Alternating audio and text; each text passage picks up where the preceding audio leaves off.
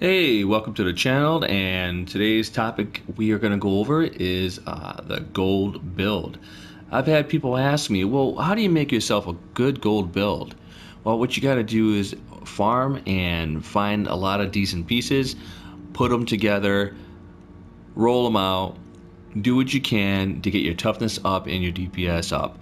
So without further ado, I'm going to go ahead and start with a chest piece that I've decided that is a very good gold piece to go with the gold build. A lot of people go, well, why can't I use a reckless piece? Well, if you take a look at the reckless piece, it clearly states that you're going to give 8% of damage by also taking 10% of damage. I wouldn't recommend using the reckless piece in a gold build like this if you're going to go ahead and be out of cover.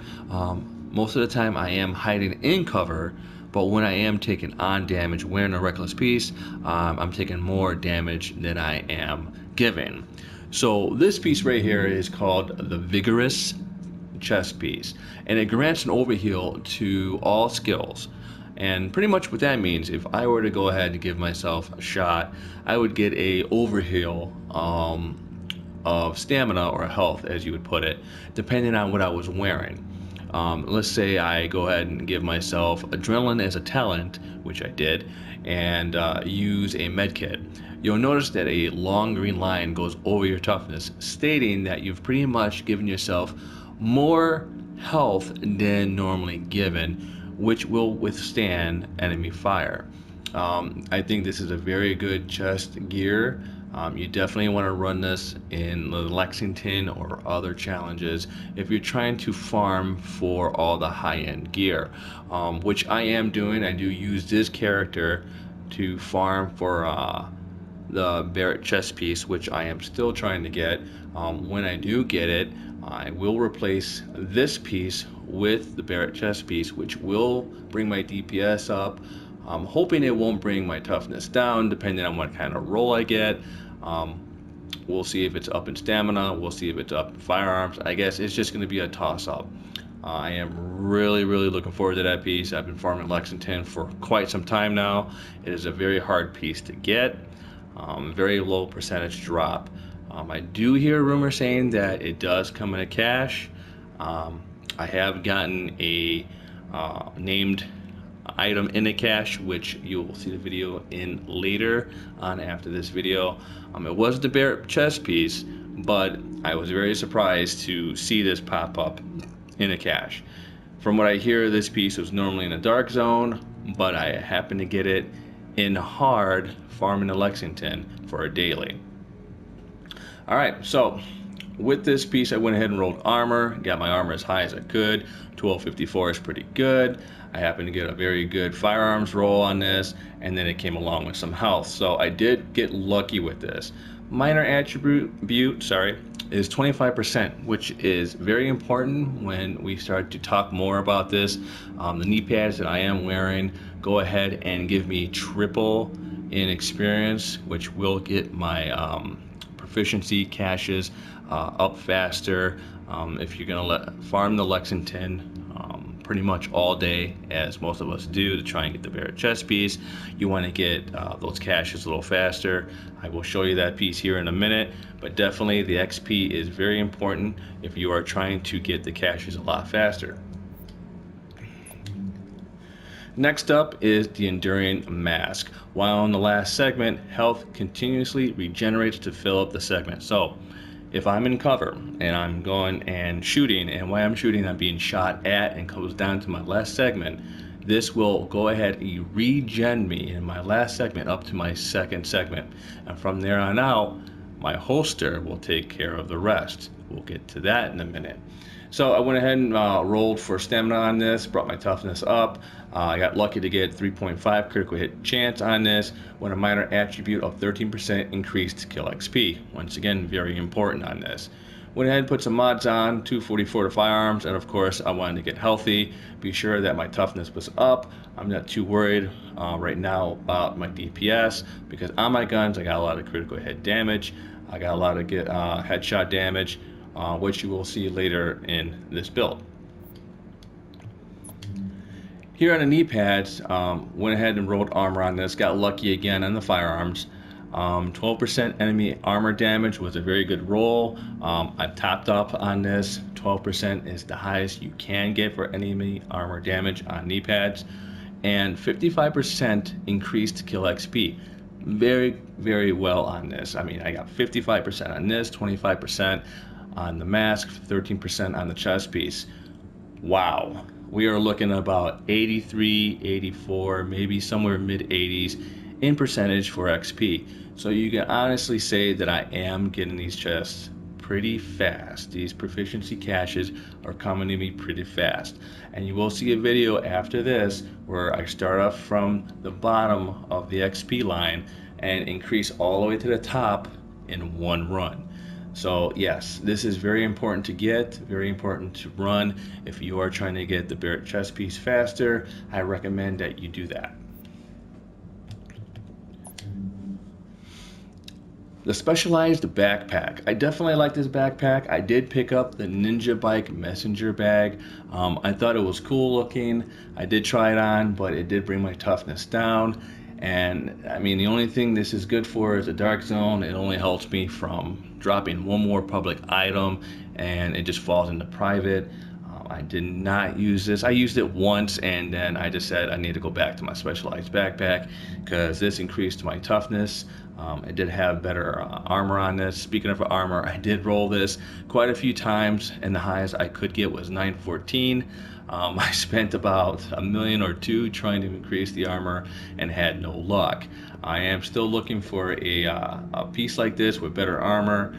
This is not fully optimized. It can be fully optimized. I probably could get my toughness a little more higher, probably in the 420s to 430s, and my DPS probably could go up a little bit more than 263 or 281, I believe it is on my main weapon. So for a stamina mod, I got 237. I got a 1% critical hit chance. Secret Mine's in there also just because there are times when I have shotgunners coming up on me. I have to drop a Secret Mine and have those shotgunners get scared, turn around and run away. Definitely is a lifesaver and actually pretty fun to watch those guys get scared and run for their lives. First aid ally heal just in case I have a member of my team go down. I can pick him up, heal him quickly, and he can get back into the fight.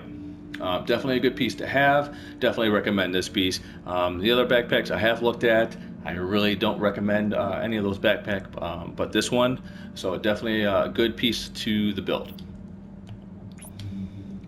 Now, for these gloves, I got very lucky. I was farming outside the zone in the world, ran across one of the bosses in the world. Me and my team went in, took them out. These happened to drop. I was very happy. Before I did get these, I had Savage gloves on. Savage gloves did give me, I believe, a 7% damage to enemy armor. This one gives me a 16%. As long as I didn't wear any green pieces like the Alpha Gear or a D3.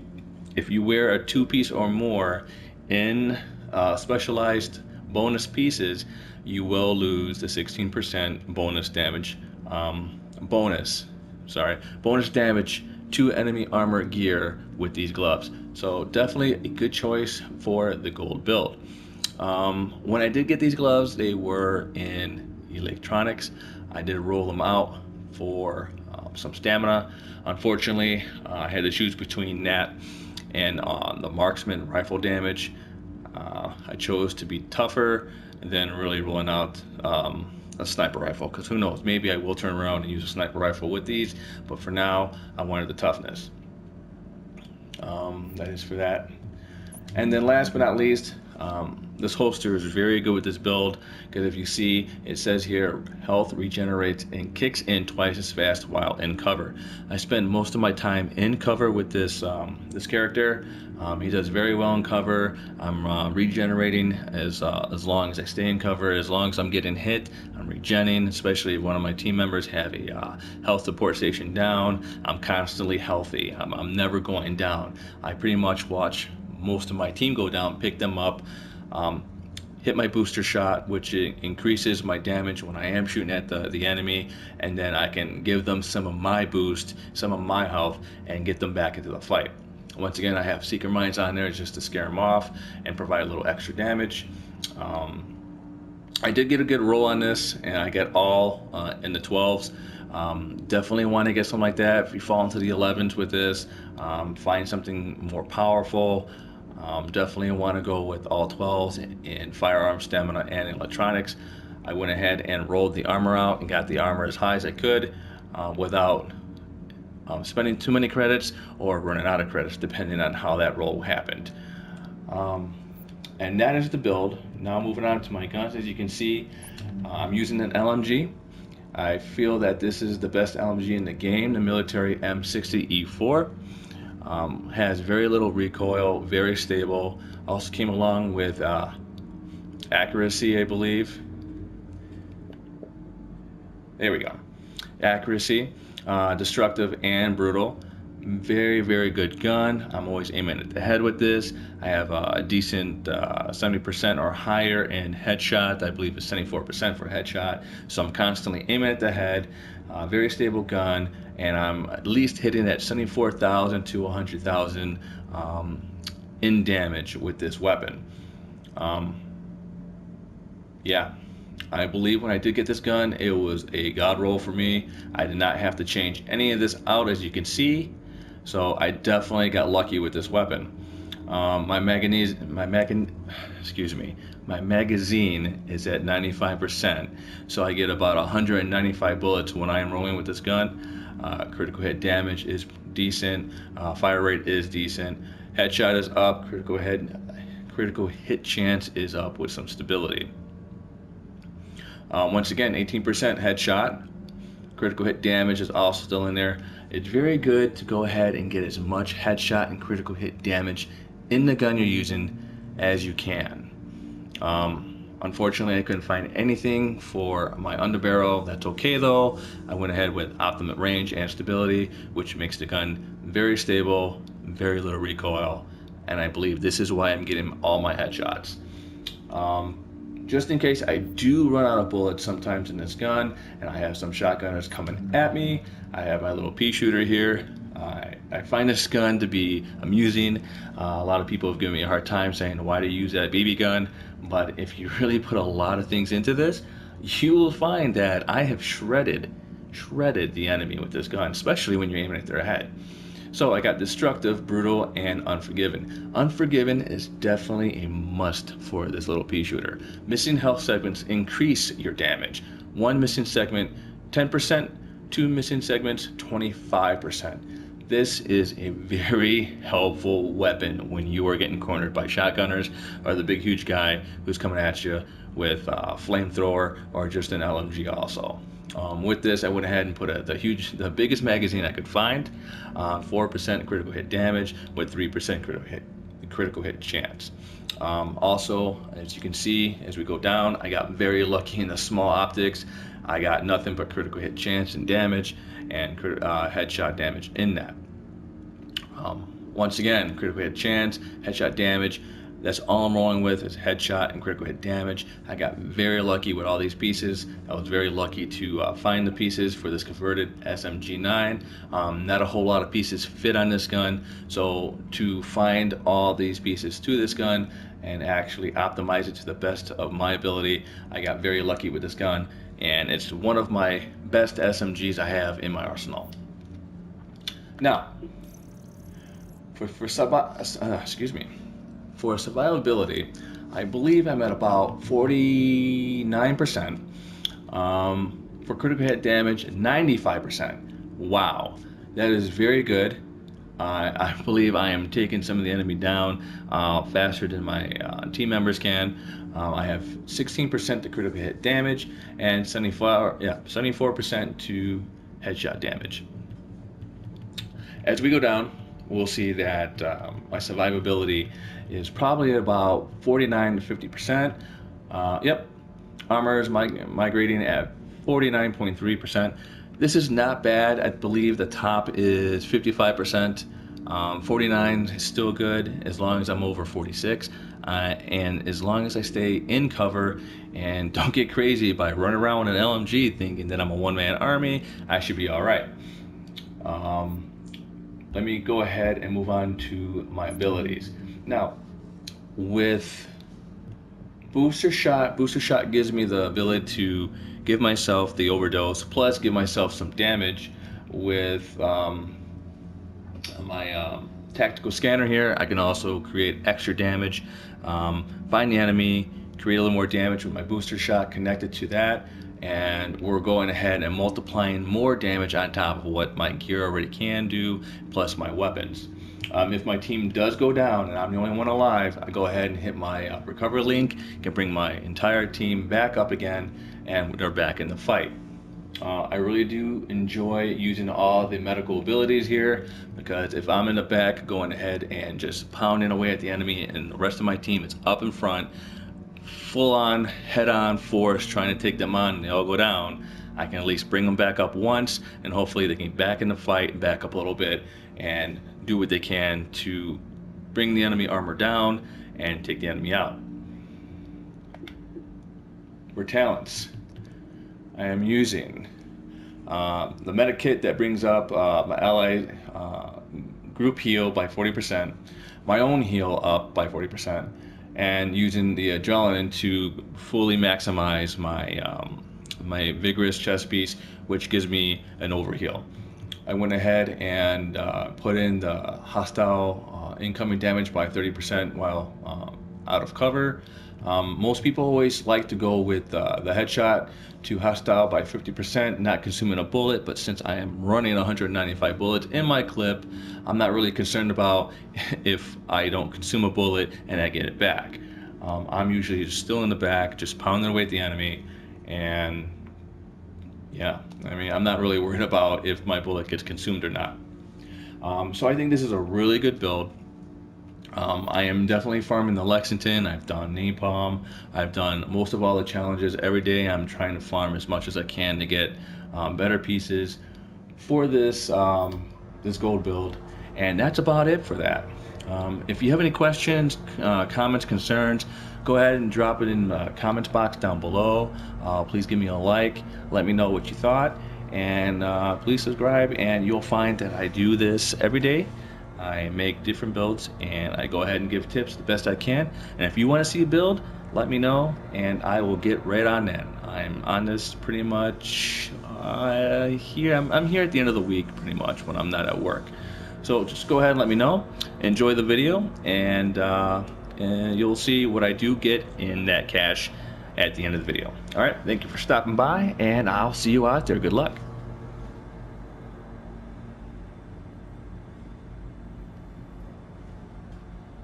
Your position is down.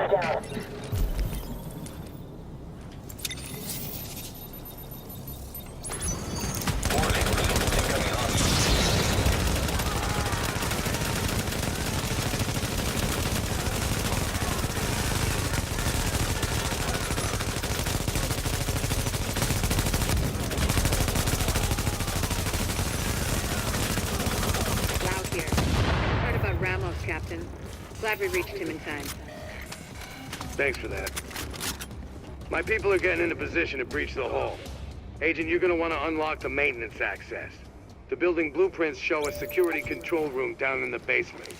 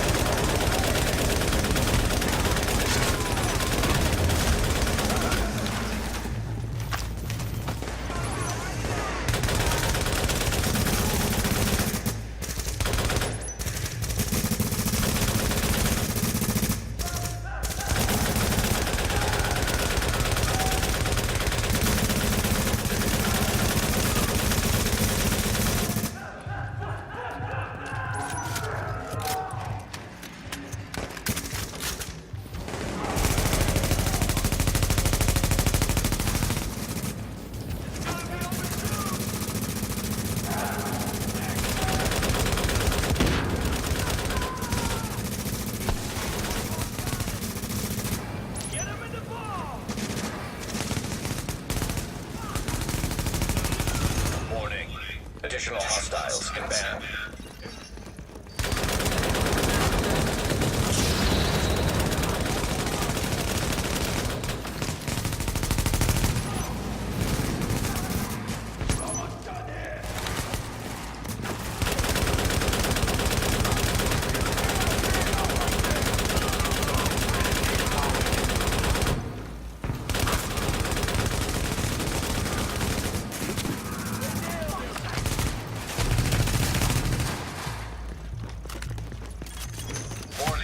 Incoming hostiles detected.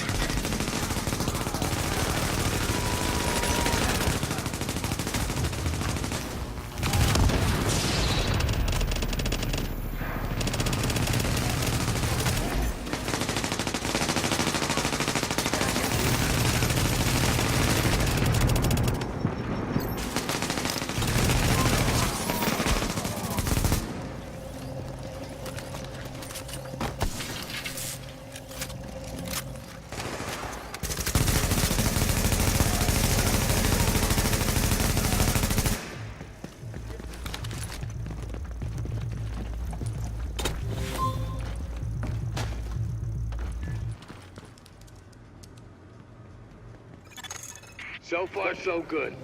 My strike squads are moving. I've reached the main hall on your signal.